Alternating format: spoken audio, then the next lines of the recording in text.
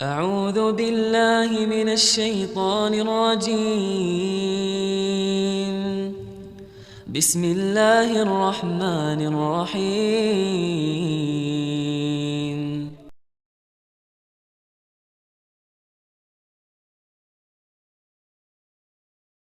الله وبركاته.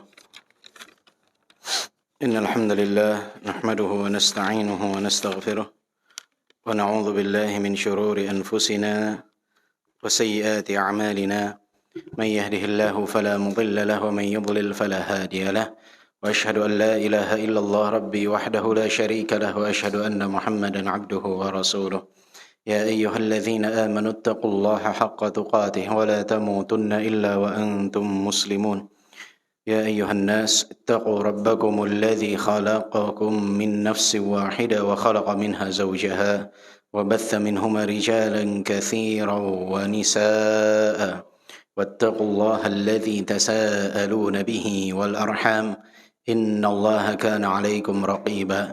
يا أيها الذين آمنوا اتقوا الله وقولوا قولا سديدا يصلح لكم أعمالكم ويغفر لكم ذنوبكم، ومن يطع الله ورسوله فقد فاز فوزا عظيما. يعلمون فإن أصدق الحديث كتاب الله، وخير الهدي هدي محمد صلى الله عليه وسلم، وشر الأمور محدثاتها، وكل محدثة بدعة، وكل بدعة ضلالة، وكل ضلالة في النار. أما بعد. Alhamdulillah wa syukurillah, ayyuhal ikhwah, di pagi yang berbahagia ini Allah Subhanahu wa taala kembali mengaruniakan kepada kita berbagai macam kenikmatan yang wajib untuk kita syukuri. La in syakartum la azidannakum. Jika kalian bersyukur, niscaya aku akan tambahkan nikmat untuk kalian. Ayyuhal ikhwah, kita sekarang berada di penghujung dari bulan Dzulqa'dah, tepatnya di tanggal ke-21 dari bulan Dzulqa'dah. Beberapa hari ke depan insyaallah kita akan berjumpa dengan hari-hari terbaik yang ada di dunia ini, yaitu 10 awal dari bulan Dzulhijjah. Sebagaimana sabda Nabi Muhammad sallallahu alaihi wasallam, "Ma min ayyamin al-'amalu shalih fihinna ahabbu ila Allah min hadhihi al-ayyamil 'ashr." Tidak ada hari-hari di dunia ini yang lebih Allah Subhanahu wa taala cintai amalan saleh di dalamnya melainkan di 10 awal dari bulan Dzulhijjah ini.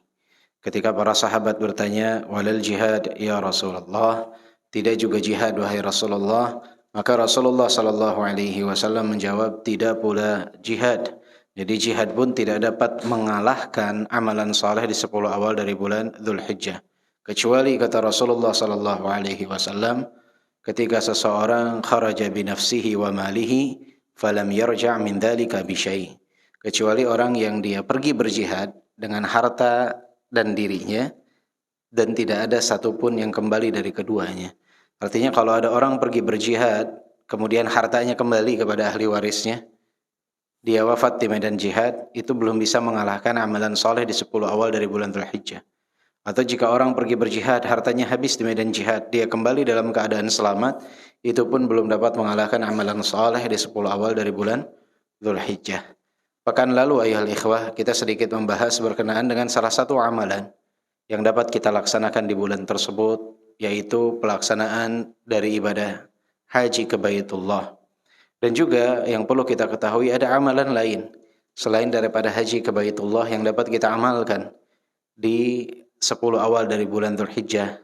Tepatnya mulai dapat kita laksanakan di tanggal 10 dari bulan Dzulhijjah, yaitu berkurban atau udhiyah. Berkurban adalah satu hal yang disyariatkan di dalam agama kita. Fasalli li rabbika wanhar. Salatlah kepada Rabbmu dan berkurbanlah. Jadi berkurban itu diperintahkan oleh Allah Subhanahu wa taala. Qul inna salati wa nusuki wa mahyaya wa mamati lillahi rabbil alamin. Dan juga yang perlu diperhatikan ayuhal ikhwah, ada beberapa pertanyaan berkenaan dengan udhiyah ini yang sering ditanyakan di setiap tahun. Pertanyaan yang sering muncul yang pertama adalah, udhiyah atau kurban ini hukumnya wajibkah atau dia sunnahkah? Di sini para ulama ada silang pendapat berkenaan dengan hal tersebut. Sebagian dari mereka mengatakan bahwa kurban ini hukumnya wajib. Kurban ini hukumnya wajib. Dan mereka berdalil dari hadis yang diriwayatkan oleh Imam Ahmad, Ibnu Majah dan juga Al-Hakim, yang mana Rasulullah sallallahu alaihi wasallam bersabda, "Man kana lahu sa'ah wa lam yudahhi fala yaqrabanna musallana." Siapa yang memiliki kelapangan kemudian dia tidak berkurban, maka jangan pernah mendekati tempat salat kami, kata Rasulullah. Siapa yang punya kelapangan dan dia enggan untuk berkurban, Rasulullah katakan jangan mendekati tempat salat kami.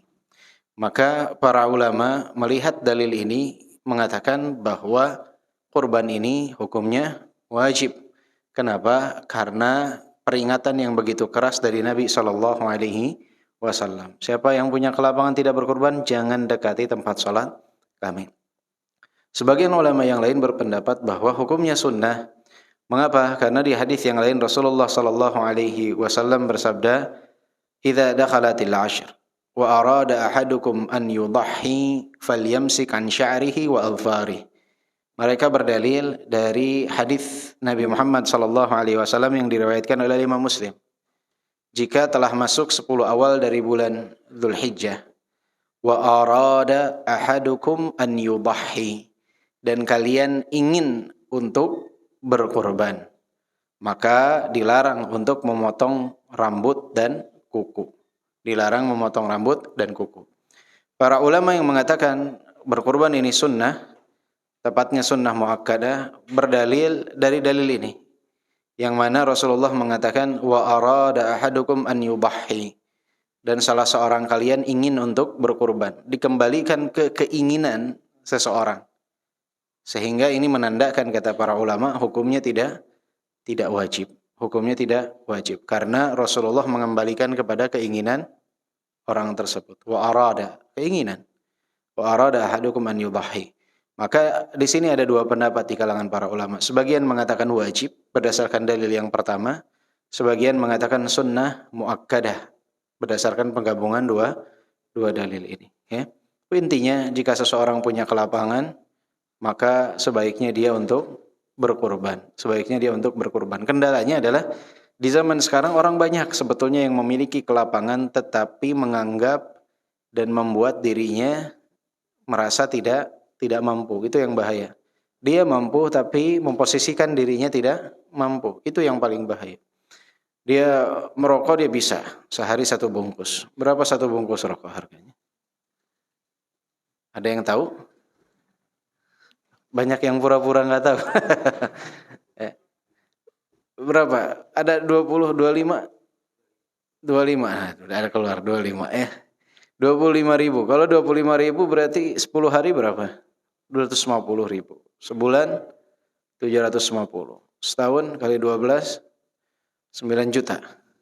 9 juta per tahun dia. Kalau 1 hari 1 bungkus. Hitunglah setengah bungkus sehari.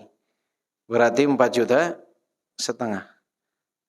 Hitung dia 1/4 bungkus.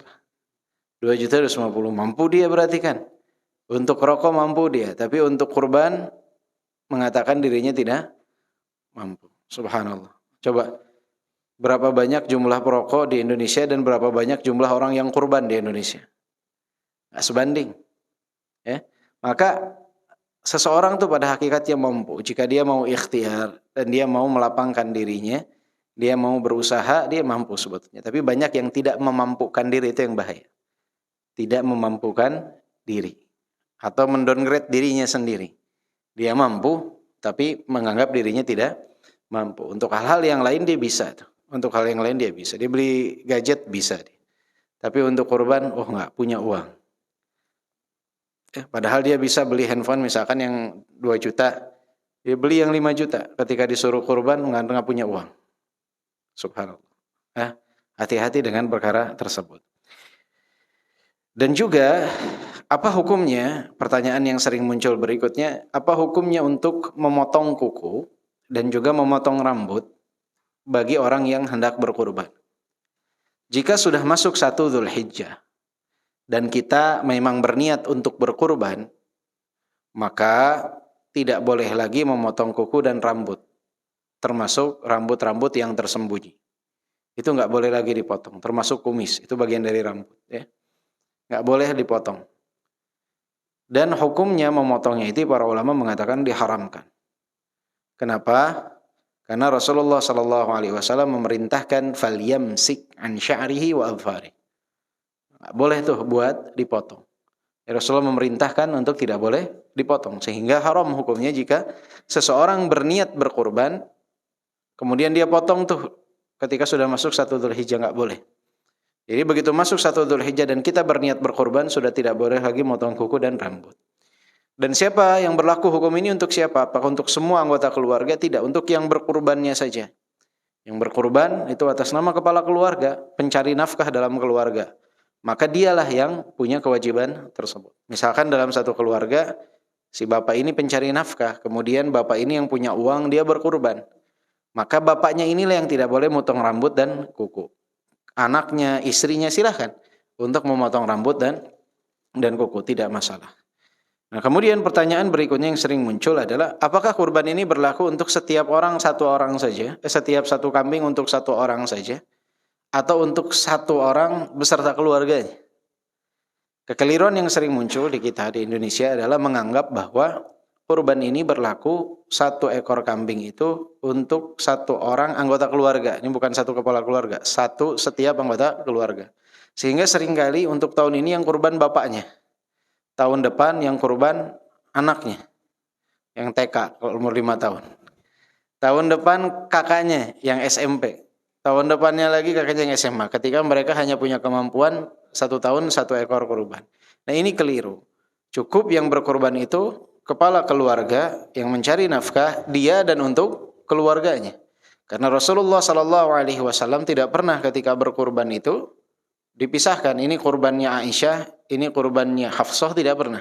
Rasulullah ketika berkurban itu, hadza anni wa an ahli baiti. Ini dariku dan keluargaku. Jadi itulah yang betul. Perkara seseorang mau berkurbannya 4 ekor, 5 ekor, terserah dia. Tapi itu dari dia dan keluarganya. Bukan 1 orang.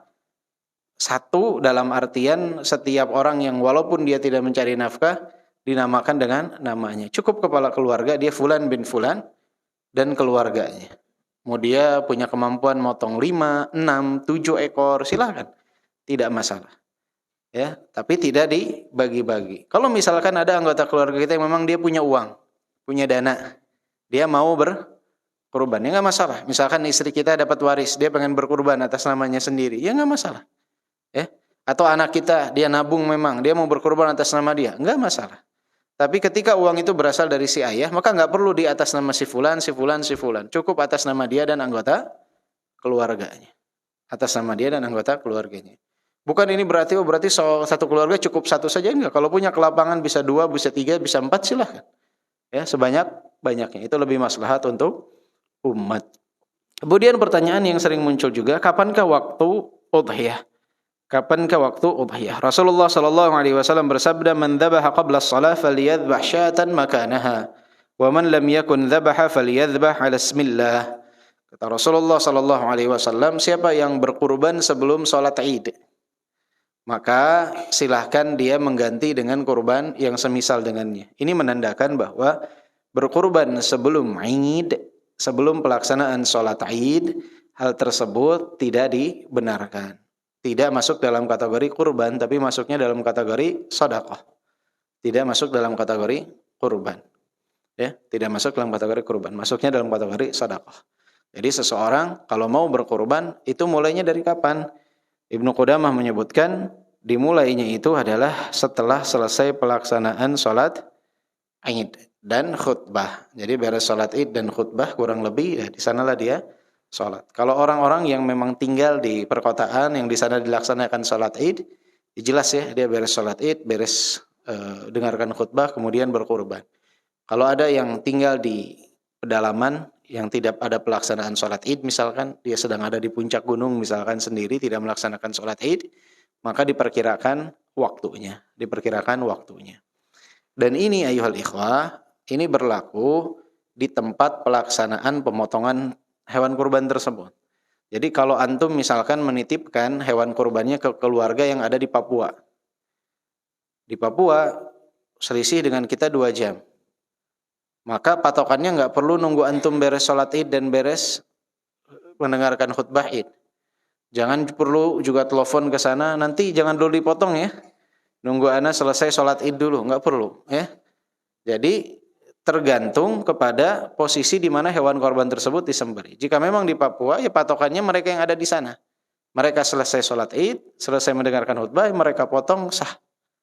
Walaupun yang berkorbannya antum dan antum belum selesai melaksanakan sholat id. Jelas? Nah, atau misalkan kita ada saudara di Timur Tengah, di Saudi Arabia, dia nitip ke kita kurban. Dan hari idnya sama di antara kita dengan mereka.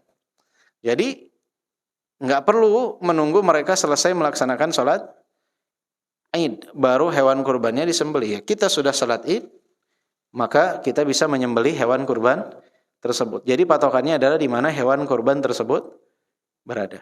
Di mana hewan kurban tersebut berada. Dan akhir waktunya adalah sampai hari terakhir ayyamut tasyrik, sebelum terbenamnya matahari. Jadi sebelum terbenam matahari tanggal 13 Dzulhijjah. Jadi bapak-bapak, ibu-ibu bisa menyembelih tanggal 10, 11, 12, 13. Kalau dananya mepet misalkan nih, kalau beli tanggal 10 masih mahal nih misalkan. Tunggu aja lah sampai tanggal 13 ba'da asar baru nyari kambing misalkan. Ya, masih bisa sebelum terbenamnya matahari. Kan biasanya semakin hari semakin turun tuh. Tanggal 13 dapat diskon berapa ratus ribu misalkan. Ya, nah itu kalau memang mepet itu bisa saja ya di tanggal 13, intinya sebelum pelaksanaan sholat maghrib. Atau seseorang pengen menyembelih sendiri dan dia qadarullah sakit baru sembuh tanggal 13, itu juga bisa dilakukan. Kemudian apa yang diucapkan ketika dia berkurban? Jadi berkurban itu afdalnya seseorang berkurban dengan tangannya sendiri ya. Dengan tangannya sendiri jika dia mampu. Jangan sampai dia tidak punya kemampuan kemudian memaksakan dengan tangannya sendiri. Akhirnya tidak memotong sesuai dengan syariat. Bahkan seringkali dalam pemotongan tersebut akhirnya membuat orang-orang di sampingnya yang memegangi hewan kurban tersebut terluka. Karena dia tidak punya kemampuan tersebut. Jadi jika memang mampu, silahkan. Jika tidak, serahkan kepada ahlinya. Tetapi dalam memilih orang yang mewakili kita untuk berkurban harus dipastikan dulu, nih orangnya sholat gak? Jagal nih, jangan sampai jagalnya gak pernah sholat. Ya, jagalnya nggak pernah sholat. Kemudian juga dilihat apakah dia membaca Bismillah di saat penyembelihannya. Karena yang dianjurkan adalah sebagaimana hadis Anas ibn Malik, Rasulullah itu ketika berkurban itu yusammi wa yukabbir. Jadi Rasulullah itu, kata Anas ibn Malik, ketika berkurban itu mengucapkan Bismillah dan Allahu Akbar. Mengucapkan Bismillah dan Allahu Akbar. Ya. Dari Ibnu Qudamah menyebutkan bahwa annal tasmiyah mujzi'atun biduni takbir, bahwa cukup jika seseorang hanya mengucapkan bismillah saja walaupun tidak bertakbir. Jadi bismillah ini wajib, takbirnya ini sunnah. Jadi seseorang yang terpenting dia mengucapkan bismillah dan baiknya ditambah wallahu akbar. Bismillah wallahu akbar baru disembelih. Jadi menyebut nama Allah dan bertakbir. Jadi bismillahnya ini wajib, takbirnya ini sunnah. Dan boleh juga seseorang menambahkan Allahumma minka walaka fataqabbal minni, atau Allahumma hadza anni wa an ahli baiti, dan yang semisal dengannya. Ya Allah, ini dariku dan keluarga aku. Ini dariku dan keluarga aku. Jadi itulah yang diucapkan oleh Nabi Muhammad sallallahu alaihi wasallam. Jadi Rasulullah SAW itu tidak pernah memisahkan, oh ini kurbannya tadi istri-istrinya satu persatu, tidak. Jadi dari Rasulullah dan keluarga Rasulullah sallallahu alaihi wasallam. Dan kemudian bagaimana cara menyembelih? Ma'ruf ya, kalau misalkan kambing dan sapi ya digorok ya, ditidurkan, dibuat nyaman, falyuhid syafrata wal yurih dzabihata. Itu kaifiyah dalam menyembelih. Jadi pisau itu harus ditajamkan dan hewan ternak itu dibuat senyaman mungkin. Jangan disakiti. Jangan disakiti, dibuat senyaman mungkin. Ya. Jangan, wah ini sapinya galak, kita pukul dulu aja kepalanya, biar dia agak pingsan, biar nggak ada perlawanan. Jangan. Jadi Rasulullah mengatakan, fal yuhid syafrata wal yurih dzabihata. Pisaunya itu ditajamkan, hewan sembelihannya dibuat senyaman mungkin. Adab dalam menyembelih hewan kurban. Nah, sedangkan unta itu disembelihnya tidak seperti kambing dan sapi. Kalau kambing dan sapi dalam bahasa Arab disebutnya dzabh. Dzabh itu digorok ya. Kalau unta itu nahar. Nahar itu adalah dia posisinya berdiri, kemudian ditusuk dari bawah, kemudian dibeset. Itu cara menyembelih unta. Berbeda dengan menyembelih kambing dan sapi. Berbeda dengan menyembelih kambing dan sapi. Jadi ada nahar, ada dzabh. Itu caranya berbeda. Kemudian juga yang perlu diperhatikan, hewan sembelihan ini harus terbebas dari apa? Dari aib. Ya, aibnya apa? Arba'un la tajuzu fi dhahaya al-awra al-bayyinu awruha wal maridah al-bayyinu maraduha wal arja al-bayyinu dal'uha wal kasiratu allati la tunqi. Hadis riwayat Imam Ahmad. 4 perkara yang tidak dibolehkan. Yang pertama adalah hewan yang dia ada penyakit di matanya, pecak, atau misalkan jika dia pecak saja nggak boleh, apalagi buta. Apalagi buta, yang lebih parahnya tidak boleh. Kemudian yang jelas dia punya penyakit, terlihat dia punya penyakit juga tidak boleh. Kemudian yang pincang, yang jelas kepincangannya, apalagi kalau patah kakinya. Kemudian juga hewan kurban yang terlampau kurus, tidak terlihat dagingnya juga tidak boleh. Nah, ini diperhatikan dalam memilih hewan kurban. Jangan sampai hewan kurban ini memiliki aib-aib tersebut. Dicek matanya, dicek kesehatannya, dicek kondisi kaki-kakinya, dicek juga dagingnya. Jangan sampai terlampau kurus. Apa yang mau dimakan nanti, ya, terlampau kurus. Dan juga yang perlu diperhatikan ayyuhal ikhwah, bahwa jika seseorang sudah membeli hewan kurban, kemudian ketika akan disembelih, qadarullah masyafa'al. Misalkan kita mau menyembelih di lantai 2. Tiba-tiba pas mau disembelih, kambingnya loncat. Jatuh ke bawah, pincang. Boleh gak untuk disembelih? Jika itu sudah ada ta'yin untuk disembelih, artinya dia memang sudah dipilih untuk disembelih. Kemudian qadarullah terjadi cacat menjelang proses penyembelihan, maka hal tersebut tidak mengapa. InsyaAllah hal itu tetap termasuk dalam hewan sembelihan yang sah untuk disembelih. Ya, jadi misalkan pas diturunin dari mobil, loncat dia, jatuh ke pelitek misalkan kaki. Ya, nggak tahu saya, ini ada tukang pijit khusus hewan nggak? Nggak ada ya? Nggak ada. Mungkin ada ahli patah tulang khusus hewan ya? Kayaknya nggak ada ya. Jadi kalau sudah memang dia diputuskan untuk dibeli, untuk akan disembeli, H-1 misalkan terjatuh atau apa, hal itu insya Allah tidak masalah. Tapi jangan dibeli dalam kondisi sudah memiliki kepincangan. Itu nggak boleh. Ya. Jangan mentang-mentang ini murah nih karena pincang. Nggak. Itu tidak dibolehkan. Kemudian juga hewan sembelihan ini harus musinnah. Musinnah ini adalah hewan yang dia sudah tumbuh gigi, kemudian giginya ibaratnya sudah rontok dan tumbuh lagi. Tumbuh, rontok, tumbuh lagi. Itu yang disebut musinnah. Ini berbeda-beda. Kalau kambing biasanya usia 1 tahun. Kalau sapi 2 tahun. Kalau unta 5 tahun. Ya. Nah, kalau domba itu jadza'ah, usia 6 bulan, itu sudah cukup. Jadi diperhatikan usia nih. Domba minimal 6 bulan. Kalau kambing 1 tahun. Kalau sapi 2 tahun. Unta 5 tahun. Harus dipastikan. Tanyakan kepada ahlinya. Jadi ketika beli ini tanyakan usianya berapa. Karena tidak setiap penjual hewan kurban itu memahami tentang batasan minimum. Padahal yang namanya kambing atau sapi semakin muda semakin enak tuh dagingnya. Tapi dalam kurban itu ada syarat minimum usia. Jadi tidak boleh di bawah usia yang telah ditetapkan. Jadi kita harus tanyakan berapa usianya. Ini kambing, berapa usianya? Sudah 1 tahun belum? Oh sudah, ya. Sudah, kita yakin dengan ucapannya baru kita boleh beli. Jangan sampai kita lihat kita cocok, kemudian kita beli padahal usianya masih 9 bulan misalkan. Nah, itu tidak boleh untuk dikorbankan. Jadi syaratnya harus musinnah. Begitu juga sapi harus 2 tahun. Ya, harus 2 tahun. Apa yang paling afdal untuk berkurban? Yang paling afdal untuk kurban, ya kalau ada unta ya unta. Kalau tidak ada unta ya sapi. Full ya. Kalau tidak ada ya kambing. Tapi mana yang lebih afdol, 1/7 sapi atau 1 ekor kambing? Jawabannya yang paling afdol adalah dengan 1 ekor kambing dibandingkan 1/7 sapi. Tapi ini juga kondisional, artinya begini.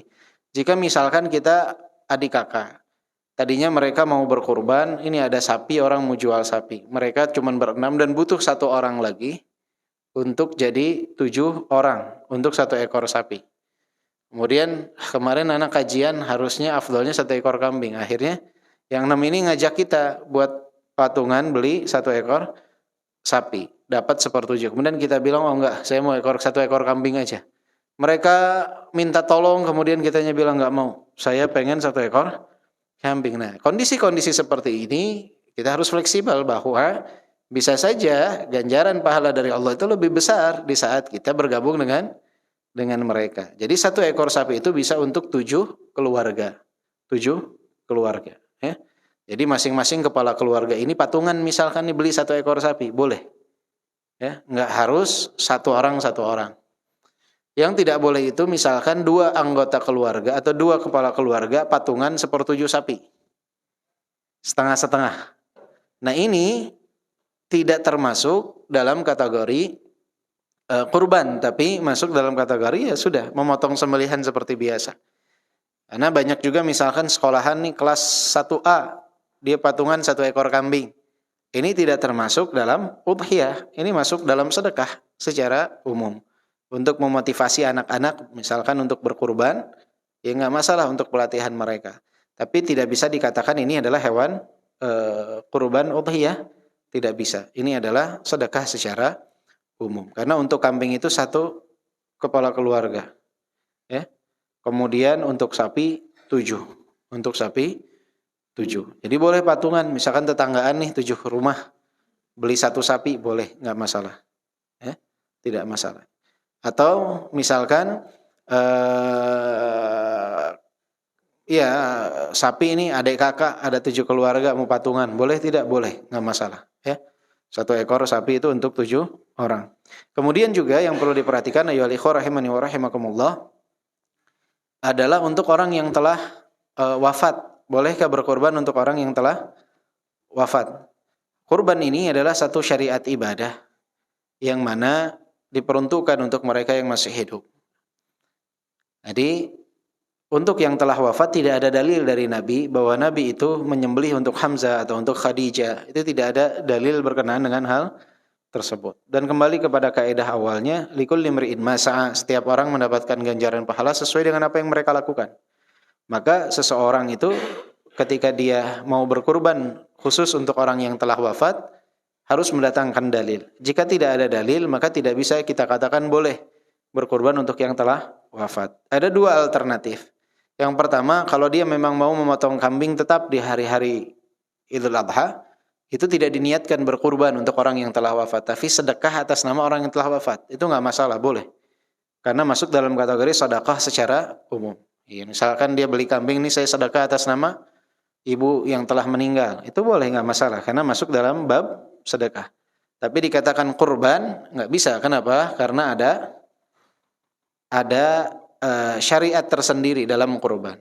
Artinya kalau dia mau sedekah silakan. Mau kambingnya usianya 9 bulan, mau sapinya usia 1,5 tahun, karena dia niatnya sedekah. Dia tidak terikat lagi dengan hukum udhiyah. Tidak terikat lagi dengan hukum udhiyah karena niatnya sedekah. Mau dipotong sebelum pelaksanaan sholat itu juga tidak masalah.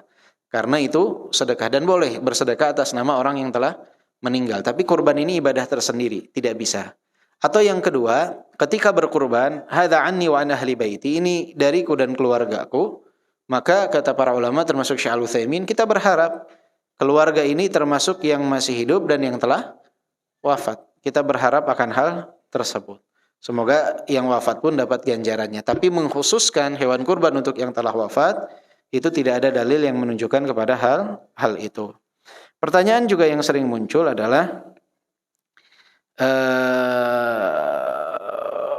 bagaimana dengan daging dari hewan kurban tersebut? Daging dari hewan kurban tersebut itu apakah harus disedekahkan semuanya atau boleh untuk dimakan? Boleh ya. Pilihannya itu 3. Dimakan, dihadiahkan dan disedekahkan. Dimakan, dihadiahkan dan disedekahkan. Artinya dihadiahkan ini diberikan kepada seseorang yang walaupun dia mampu, kepada tetangga misalkan, nggak masalah. Atau dimakan, atau juga disedekahkan. Ya, afdolnya ada 3 bagian ini walaupun tidak harus rata sepertiga, sepertiga, sepertiga. Jadi boleh dimakan, dihadiahkan, ataupun disedekahkan. Berbeda dengan zakatul fitr. Kalau zakat fitr itu kan harus disedekahkan kepada fakir miskin. Tapi untuk hewan kurban ini boleh dihadiahkan. Boleh juga kita konsumsi. Boleh juga kita makan. Kita potong, kita ambil misalkan 2 kilo untuk di rumah, nggak masalah. 2 kilo kita hadiahkan, sisanya kita sedekahkan, silahkan. Dan untuk sedekahnya ini atau pemberiannya ini boleh juga untuk diberikan kepada orang-orang yang tidak beragama Islam. Misalkan kita punya tetangga yang tidak beragama Islam, bolehkah kita berikan dari bagian hewan kurban? Ya boleh. Akan tetapi al-aqrabuna aula bil ma'ruf. Yang terdekat lebih berhak untuk mendapatkan kebaikan dari kita. Artinya kalau ada yang terdekat-terdekatnya ternyata memang membutuhkan dan juga beragama Islam, ya tentunya lebih utama. Tapi misalkan kita punya tetangga sebelah rumah, dia tidak beragama Islam, terus kondisinya misalkan kurang mampu juga, nggak masalah kita untuk memberikan bagian daripada hewan kurban. Atau dia mampu, kita hadiahkan kepada dia, itu juga dibolehkan. Ya, Syekh Abdul Aziz bin Baz memfatwakan hal tersebut. Bolehnya memberi kepada orang-orang yang di luar agama Islam, karena ini min bab ihsan. Dan mereka punya hak sebagai tetangga kita, atau mungkin mereka kerabat, atau masih keluarga, juga punya hak untuk kebaikan kita. Dan pertanyaan juga yang sering muncul adalah bagaimana bolehkah membayar jazar atau jagal itu dari bagian hewan kurban? Jawabannya tidak boleh. Jadi banyak panitia kurban itu ketika pelaksanaan kurban mereka membuat kesepakatan dengan jagal. Nah, ini hewan kurbannya berapa? Ya udah 1 ekor 100.000. Kepala dan kulit buat yang motong. Nah ini nggak boleh. Ini dilarang. Karena Ali bin Abi Thalib menyebutkan hal tersebut dalam hadis yang diriwayatkan oleh Al-Bukhari dan Muslim. Bahwa Rasulullah SAW itu memerintahkan Ali radhiyallahu anhu wala a'ti fi jazaratiha syai'an minha. Tidak boleh memberikan bagian dari hewan kurban itu kepada yang jazarnya, kepada jagalnya, kepada yang memotongnya, ya, sebagai upah untuk dia tuh nggak boleh. Jadi jangan disepakati dari awal. Kalau memang tarifnya 125 per ekor, ya nggak masalah. Jangan jadi 100, kemudian kepala dan kulit dijadikan bagian bargaining untuk menawar harga pemotongan. Atau sebagian dari panitia yang sering keliru, ingat bahwa panitia kurban itu adalah wakil dari yang berkurban. Sehingga posisinya sama seperti orang yang berkurban. Maka tidak boleh bagian dari hewan kurban itu diperjualbelikan. Banyak di antara panitia, ini kemahalan nih kalau kita tarik 125.000, udah aja kita tarik 100.000. Nanti kepala dan kulitnya kita jual. Kita nggak kasih ke jagalnya, tapi kita jual ke orang yang mau menerimanya, sehingga nanti uangnya dapat kita bayarkan ke jagal. Atau kebalikannya, mereka enggan untuk meminta uang operasional dalam proses pemotongan itu, kemudian mengambil kepala dan kulit untuk dijual. Atau sebagian dari panitia, dia meminta tarif yang sesuai, tapi kepala dan kulit ini diambil, kemudian dijual, dapat uang, baru disedekahkan kepada fakir miskin. Kita ini nggak punya hak atas hal tersebut. Jadi silahkan diberikan kepada fakir miskin kepala dan kulitnya. Perkara nanti mereka mau jual, kembali kepada mereka. Ya, kalau misalkan panitia kerjasama sama tukang penerima kulit dan kepala, kemudian si tukang penerima kulit dan kepala ini buka stand di samping tempat penyembelihan, nanti fakir miskin yang dapat kulit dan kepala langsung jual ke dia, itu kembali kepada mereka, karena itu sudah jadi hak milik mereka. Tapi kita wakil dari yang berkurban, tidak boleh memperjualbelikan bagian daripada hewan kurban tersebut. Begitupun dengan jagal, nggak boleh dijadikan syarat. Perkara nanti kita sudah selesai, sudah bayar dia, kemudian kita lihat nih kepala dan kulit, udahlah ini sebagian kasihkan kepada salah satu dari jagalnya, misalkan dia membutuhkan, nggak masalah. Tapi bukan sebagai upah pemotongan. Bedakan tuh. Bukan sebagai upah pemotongan. Dan tidak ada bargaining perjanjian dari awal tuh jangan. Ya, 100 plus kepala, 100 plus kulit itu nggak boleh. Itu sudah masuk berarti dalam pembayaran kurban itu. Ya, ini adalah sebagian kecil daripada fikih kurban. Maka dan pertanyaan-pertanyaan yang juga sering muncul. Dan juga pertanyaan terakhir yang sering muncul berkenaan kurban ini adalah bolehkah seseorang berhutang untuk berkurban? Sebagaimana kalau tidak salah pernah kita sampaikan bahwa seseorang itu boleh untuk berhutang jika memang dia tahu ada kemungkinan untuk membayar. Misalkan nanti Idul Adha tanggal 28 atau 29 Juni. Kemudian dia baru dapat gaji tanggal 1. Maka dia mengatakan misalkan kepada seorang, saya boleh pinjam dulu uang 2 juta untuk membeli hewan kurban, nanti tanggal 1 saya bayar, saya gajian. Itu boleh, nggak masalah.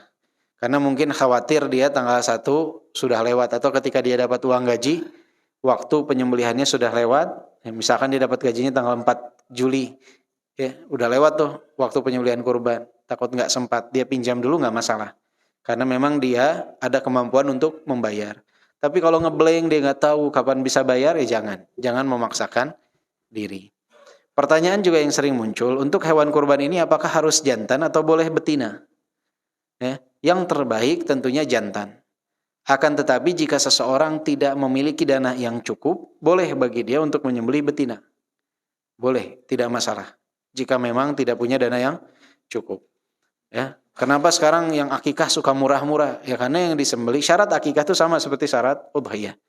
Kenapa kok murah kalau akikah? Karena yang disembelih rata-rata adalah betina. Betina punya harga tuh bisa setengah daripada jantan. Jadi kalau kita punya uang minim, ini saya udah nabung cuman ada 1,5 juta, nggak usah kecil hati. Beli yang betina, kurbankan. Ya. Beli yang betina, kurbankan. Karena jantan mungkin sudah di 2,5 juta ke atas. Kalau misalkan kemampuan nih 1,5 juta, 1,250 ada uangnya nih. Saya bisa gak berkurban? Bisa. Beli yang betina dengan syarat-syarat yang tadi telah disebutkan. Malu nih bawa betina ke tempat kurban yang rame-rame. Udah langsung disembelih di tempat kita membeli. Ya, langsung bagikan. Kalau udah jadi daging nggak ada yang bisa nebak nih betina apa jantan. Ya. Dan nggak usah malu. Ya. Yang penting kita berkurban. Ya. Yang penting kita berkurban. Begitupun saat akikah. Kalau memang kita tidak mampu menyembelih yang jantan, karena kadang orang ketika melahirkan itu kan dana yang dibutuhkan sangat banyak. Proses kelahiran, beli pakaian untuk anak, dan macam-macam pengeluaran itu banyak. Jadi jangan menghalangi diri kita dari akikah hanya karena kekhawatiran kita tidak dapat menyembelih yang jantan. Yang terbaik memang yang jantan, tapi jika kita mampunya hanya untuk menyembelih yang betina, silahkan sembelih yang betina karena harganya relatif lebih murah. Ya, tapi kalau ditanya ke yang jualan hewan kurban, biasanya selalu akan diarahkan ke yang jantan, lebih mahal soalnya ya. Dan kadang juga bukan niat mereka untuk mengarahkan ke sana, karena bagi mereka banyak yang tidak tahu bahwa betina juga bisa dikurbankan. Bisa, itu pun yang tadi, yang terbaik ya yang jantan tentunya. Tapi jika kondisinya sangat tidak memungkinkan, ya boleh untuk yang betina. Dagingnya juga rasanya beda. Betina dengan jantan tuh dagingnya rasanya beda. Jadi daging itu betina dengan jantan jauh berbeda. Rasa ya. Kalau orang yang sering makan tuh dia bakal bisa bedakan nih. Betina itu agak lebih liat dibandingkan yang jantan. Betina itu lebih liat dibandingkan yang jantan. Ya. Kalau orang-orang di Timur Tengah dia bisa nebak tuh. Ini daging betina apa daging jantan. Ini ayamnya ayam frozen atau ayamnya ayam yang baru dipotong. Itu mereka bisa bedain tuh. Saking seringnya mungkin mereka makan daging. Bisa membedakan hal-hal terperinci seperti itu. Nah kita karena jarang-jarang di Indonesia kan ya, kita bukan orang-orang yang termasuk konsumtif terhadap daging, jadi kita agak sulit membedakan. Tapi kalau di Timur Tengah mereka sangat jeli sekali berkenaan dengan hal-hal tersebut.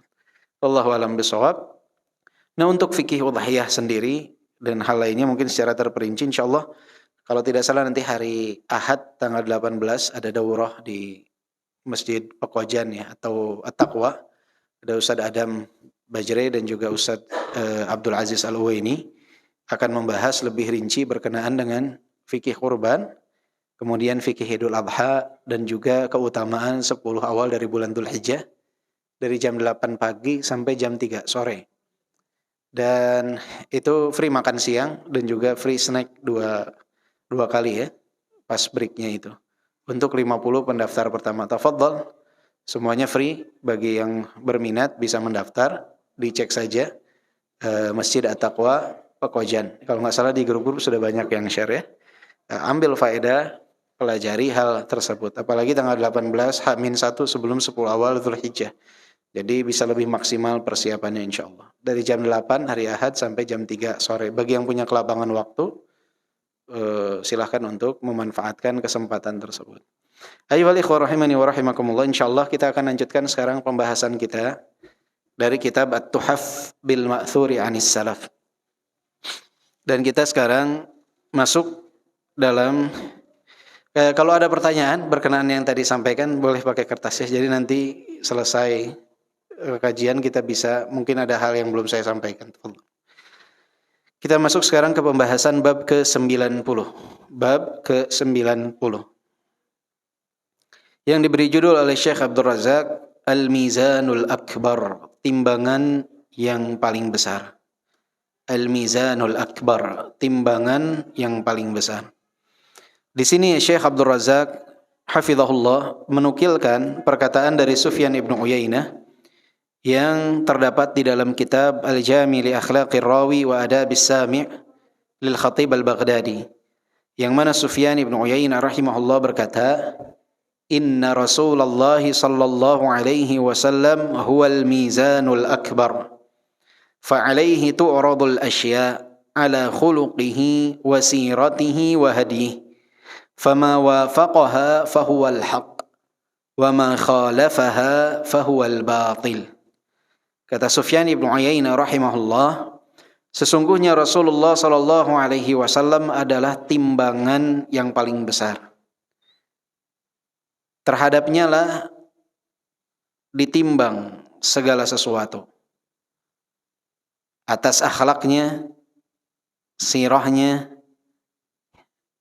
petunjuknya, siapa yang mengikutinya dan sesuai dengannya, maka dia berada dalam kebenaran.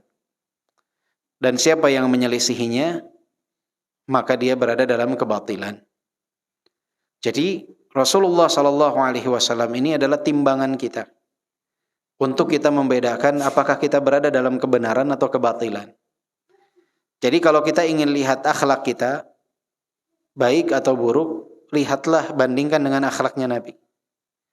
Jadi kalau kita misalkan ingin membandingkan, ingin melihat dari kita nih sudah memiliki akhlak yang baik atau belum terhadap istri kita, maka kita lihat petunjuk Nabi Muhammad sallallahu alaihi wasallam berkenaan dengan hal itu. Rasulullah sallallahu alaihi wasallam bersabda, khairukum li ahli. Sebaik-baik kalian adalah yang paling baik terhadap keluarganya. Wa ana khairukum li ahli. Dan akulah yang terbaik di antara kalian terhadap keluargaku. Rasulullah itu sering bersenda gurau dengan istri. Maka jika kita jauh dari petunjuk Nabi tersebut, kita bermuamalah dengan istri kita dengan muamalah yang kasar, maka kita berada dalam kebatilan. Kenapa? Karena kita tidak mengikuti petunjuk Nabi Muhammad sallallahu alaihi wasallam. Tidak sesuai dengan petunjuk Nabi sallallahu alaihi wasallam. Karena Nabi mengatakan, ittaqullaha fin nisa fa innakum akhadtumuhunna bi amanatillah wastahlaltum furujahunna bi kalimatillah. Bertakwalah kalian kepada Allah terhadap wanita, karena kalian telah mengambil mereka dengan amanat Allah, dan kalian menghalalkan kehormatan mereka, kemaluan mereka itu dengan kalimatullah. Dalam ijab dan qabul, mitsaqan ghalidha, perjanjian yang amat besar. Rasulullah mengajarkan kita hal tersebut.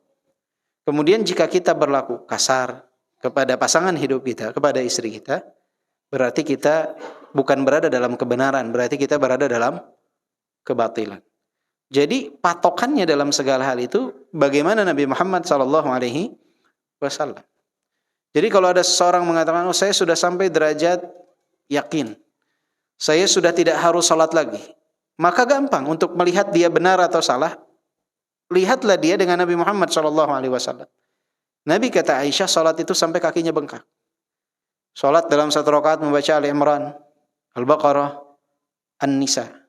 Kemudian ada orang yang mengatakan saya sudah sampai derajat yakin tidak perlu lagi salat, maka dapat kita masukkan dia terhadap kelompok orang-orang yang batil. Kenapa? Karena mereka melakukan sesuatu yang tidak dicontohkan oleh Nabi Muhammad SAW. Jadi Nabi ini timbangan. Jadi dalam Islam itu bukan yang lebih banyak yang lebih baik, bukan yang lebih banyak lebih istimewa, tapi semakin sesuai dengan Nabi, maka dia akan semakin baik. Oleh sebab itu ketika datang 3 orang kepada Nabi mengatakan, saya tidak akan menikah, saya ingin fokus ibadah. Yang satu lagi mengatakan, saya akan puasa terus, tidak akan berbuka. Yang satu lagi mengatakan, saya akan sholat terus di waktu malam, tidak akan tidur. Maka Rasulullah menentang apa yang mereka inginkan, apa yang mereka fikirkan. Kata Rasulullah SAW, ana atqakum lillah, ana akhsyakum lillah wa atqakum lah. Aku adalah orang yang paling takut kepada Allah dibandingkan kalian, dan aku adalah orang yang paling bertakwa kepada Allah dibandingkan kalian. Paling takut kepada Allah dibandingkan kalian. Ana usalli wa anam. Aku salat dan tidur. Wa asum wa aftir. Dan aku berpuasa juga berbuka. Wa atazawwajun nisa. Dan aku menikahi wanita. Faman raghiba an sunnati falaysa minni. Siapa yang membenci sunnahku, dia bukan termasuk golonganku. Maka apa yang mereka lakukan? Kalau secara kacamata kita nih banyak ibadahnya berarti. Sholat terus nggak pernah tidur berarti ibadahnya kan banyak. Ternyata keliru. Kenapa? Karena patokan benar atau tidak dalam syariat ini kembalinya kepada Rasulullah SAW. Ini hebat nih dia nggak mau nikah biar fokus ibadah. Salah ternyata. Karena Rasulullah menikahi wanita. Ya. Jadi patokan dalam Islam itu adalah Rasulullah. Oleh sebab itu Sufyan ibn Uyainah mengatakan Rasulullah adalah al-mizanul akbar. Timbangan terbesar kita. Jadi ingin melihat benar atau tidak apa yang kita lakukan, tinggal ditimbang. Menurut petunjuk Nabi seperti apa, ucapan Nabi seperti apa, perbuatan Nabi seperti apa. Kata Syekh Abdul Razak, wa binahwihi qaul Ibnu Qayyim rahimahullah, sebagai dan yang semisal dengan ucapan Sufyan ibn Uyainah adalah perkataan Ibnu Qayyim rahimahullah dalam kitab I'lamul Muwaqqi'in.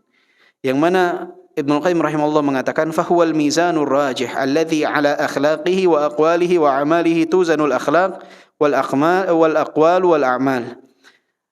Kata Ibnu Qayyim, Rasulullah adalah timbangan yang paling rajih. Yang mana terhadap akhlaknya, ucapan dan perbuatannya ditimbang akhlak, ucapan dan perbuatan seseorang.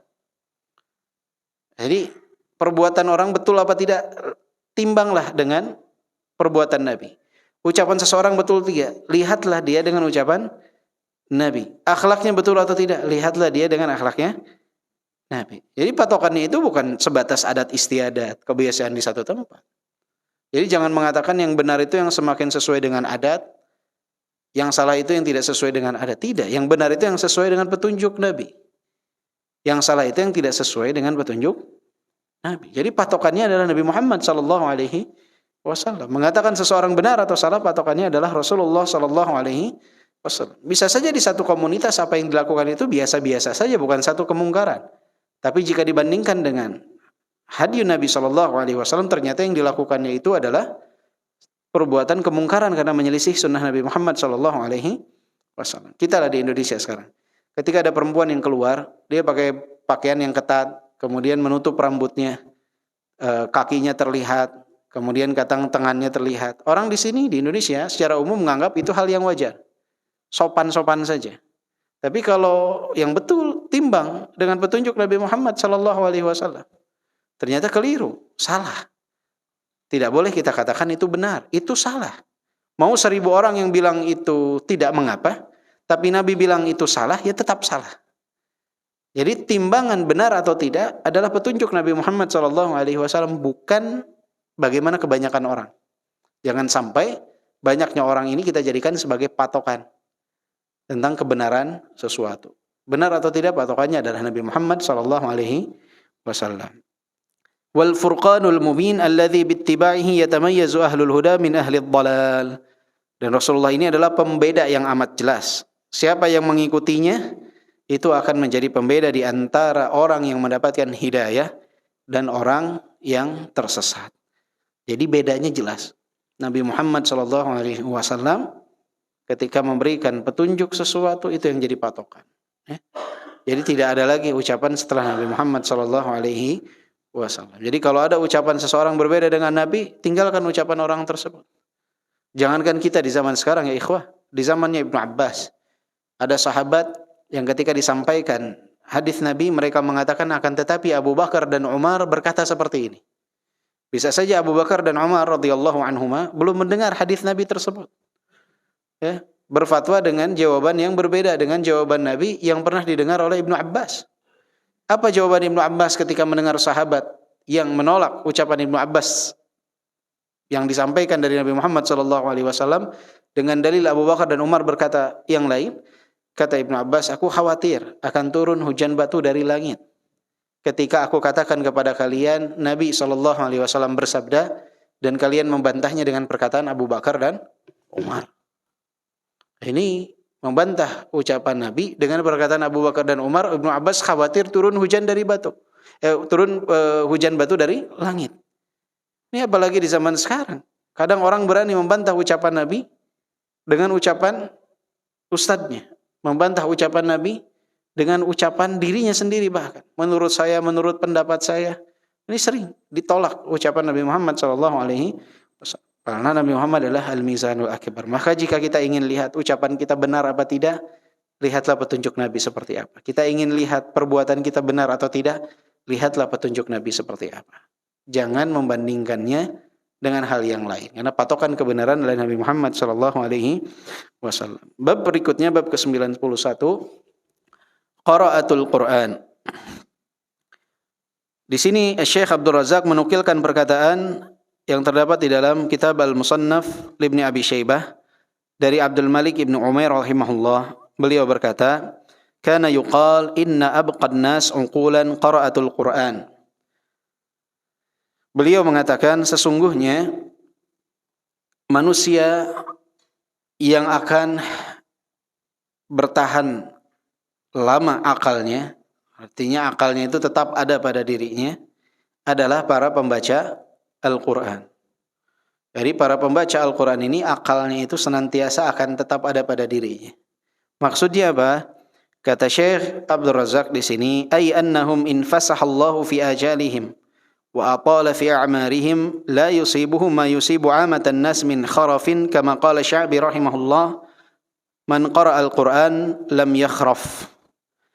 Kata Syekh Abdul Razak, maksudnya adalah jika Allah Subhanahu wa taala melapangkan ajal seseorang, dipanjangkan umurnya, maka mereka tidak akan mendapatkan seperti yang didapatkan oleh keumuman manusia ketika sudah sampai usia senja, yaitu hilangnya akal, atau bahasa kitanya pikun. Man qara'al Qur'an lam yakhraf. Kata Al-Imam Sya'bi mengatakan, siapa yang senantiasa merutinkan diri membaca Al-Quran, dia tidak akan pernah pikun. Dan ini ayuhal ikhwah, secara umum.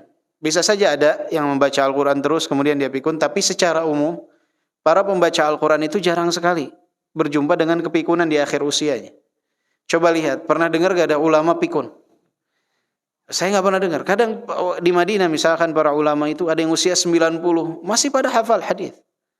Gak sampai usia pikun. Di kita kadang baru 60 saja sudah pikun. Maka semakin seseorang dekat dengan Al-Quran, kemungkinan dia untuk pikun di usia senjanya itu minim. Sangat kecil. Karena Al-Quran ini cahaya bagi seseorang. Menyehatkan akal seseorang. Maka Syekh Abdul Razak mengatakan, fahani'an liman akramahullahu bi an kana min qiraatil Quran.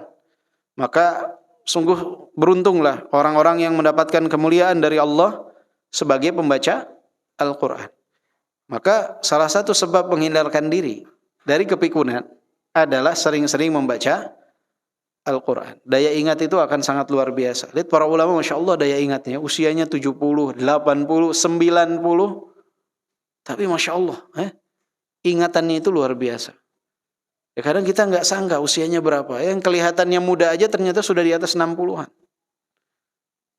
Yang kita anggap nih usianya 60, 70 ternyata 90, 95. Tapi Masya Allah, tabarakallah.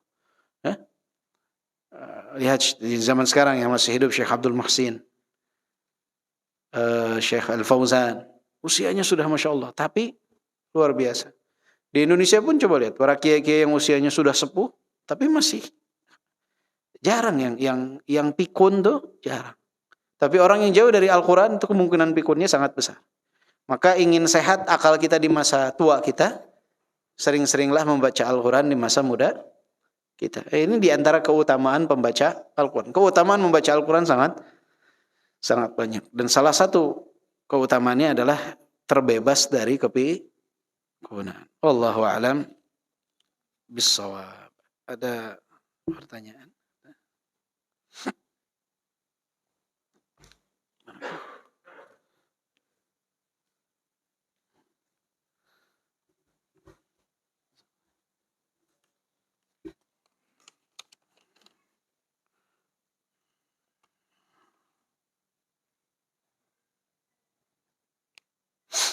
Baik, ada pertanyaan. Bolehkah seseorang meniatkan kurban dengan dibarengi niat akikah? Ini ada khilaf juga di kalangan para ulama.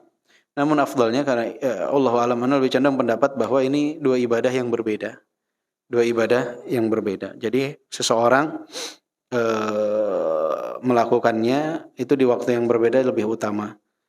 Mana yang lebih afdal, misalkan kita dulukan dulu kurban atau dahulukan dulu akikah? Akikah ini waktunya lebih panjang dibandingkan dengan kurban. Artinya kurban ini waktunya terbatas. Dalam 1 tahun hanya 4 hari kita bisa berkurban. Tapi untuk akikah bisa di 361 hari yang lainnya. Artinya sepanjang tahun kita bisa lakukan. Jadi kalau memang dananya untuk di akhir bulan ini hanya cukup untuk kurbannya 1 ekor, ya lebih baik kita berkurban terlebih dahulu. Ya. Tapi ini pertanyaan akikah sama kurban mana yang diutamakan, ini biasanya pertanyaan ini hanya munculnya dekat dengan pelaksanaan pemotongan kurban. Bulan-bulan sebelumnya biasanya nggak pernah ada yang nanya, ya. Jadi saya nasihatkan bagi bapak-bapak atau ibu-ibu yang belum mengakikahkan putra-putrinya, ada kelapangan sekarang, mana dulu, ya dahulukan kurban dulu karena waktunya terbatas. Kemudian segera diakikahkan, karena jika kita mampu kemudian tidak mengakikahkan anak-anak kita, itu akan jadi penghalang syafaat di yaumil qiyamah kelak, ya. Bergantung mereka tergantung jiwanya ini, artinya dia tidak bisa mendapatkan syafaat. Karena apa? Karena belum diakikahkan. Jika ada kemampuan, kalau tidak enggak masalah.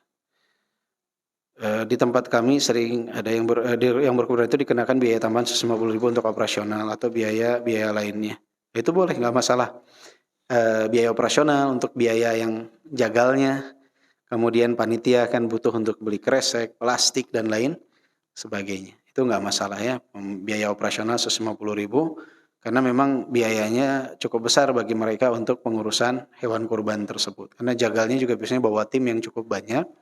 Tentunya kerjaan mereka perlu untuk dibayar upah berkurban, upah menyembelih hewan kurban, upah memotong, merapihkan, mengemas plastik, kresek. Kalau bapak-bapak yang lain biasanya kan sukarela, ya, tapi tetap butuh tuh untuk beli plastik, kreseknya, kemudian untuk pembagiannya, untuk beli tehnya, kopinya, ya, sambil mereka, ya, memotong hewan kurban tersebut.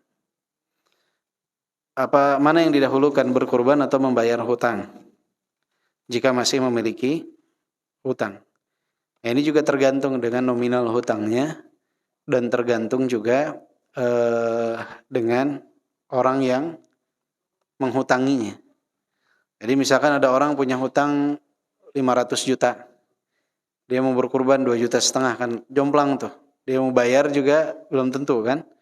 Maka boleh dia meminta izin kepada orang yang punya yang dia berhutang kepadanya. Misalkan tenggang waktunya tanggal 28 Juni. Dia harus mencicil. Misalkan dia harus mencicil 3 juta. Di satu sisi dia ingin berkurban juga di tanggal tersebut.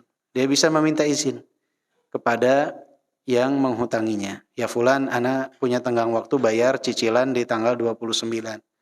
Tapi bertepatan dengan waktu kurban. Ana izin nih, uang ini ana pakai dulu untuk kurban, bagaimana? Boleh tidak? Kalau dia mengizinkan, alhamdulillah. Kalau tidak, ya kembali kepada kesepakatan antum bayar di tanggal 29 cicilan tersebut. Jangan diselisihi janji itu. Ya, jangan diselisihi janji tersebut. Jadi ini memang sangat tergantung kepada nominal hutangnya dan kelapangan dari pemberi hutang. Jika pemberi hutangnya memberikan kelapangan, ya tidak masalah.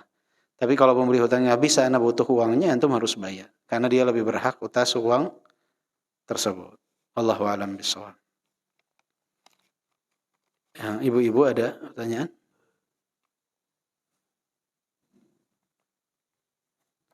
Tidak ada? Baik.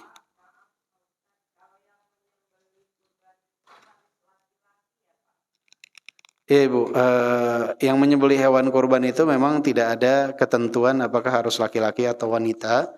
Akan tetapi yang terbaik adalah laki-laki. Kenapa?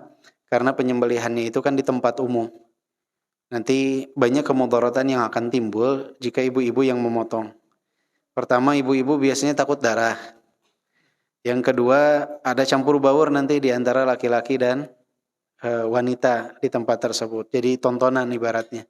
Nah itu menyelisihi dari wanita yang sebaiknya di rumah, menjauhkan diri dari keramaian. Apalagi biasanya di tempat pemotongan mayoritasnya laki-laki. Tapi kalau ibu di rumah, misalkan suami ibu lagi keluar kota, lagi bekerja di luar kota, pulangnya misalkan 1 bulan sekali, 2 bulan sekali, ibu dan anak-anak beli kambing. Kemudian ibu punya halaman di dalam rumah di belakang. Anak-anak masih kecil, ibu yang memotong sendiri ya nggak masalah juga. Atau ibu memotong ayam, ya bukan kurban nih, misalkan motong ayam sendiri boleh gak? Boleh. Jadi kambing juga boleh, ibu memotong kambing sendiri juga boleh, asalkan mampu untuk melakukannya dan terhindar dari fitnah dan terhindar dari keramaian jadi tontonan para lelaki. Itu boleh-boleh saja Bu. Ya, kadang kan suka ada yang dia tinggal di luar negeri misalkan, dia kesulitan tuh untuk menitipkan hewan kurban, tapi di rumahnya ada halaman. Kemudian suaminya tidak ada, anaknya masih kecil, dia memotong sendiri, punya keahlian. Bapaknya ex tukang jagal misalkan. Misalkan, punya keahlian boleh Bu, nggak masalah. Jadi tidak harus laki-laki. Ya, Allahu a'lam bishawab. Kalau begitu, ayo ikhwah, jika memang sudah tidak ada pertanyaan lagi, ya. Iya, nggak apa-apa.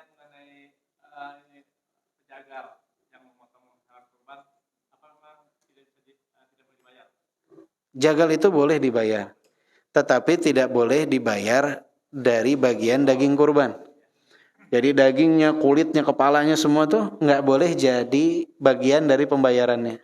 Jadi kalau mau dibayar, bayar secara di luar dari hal tersebut.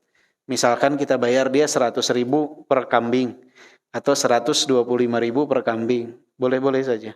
Tapi tidak boleh misalkan 100.000 plus kepala, 100.000 plus kulit, itu yang nggak boleh. Karena hewan kurban ini bukan untuk diperjualbelikan. Tidak boleh juga jadi alat pembayaran.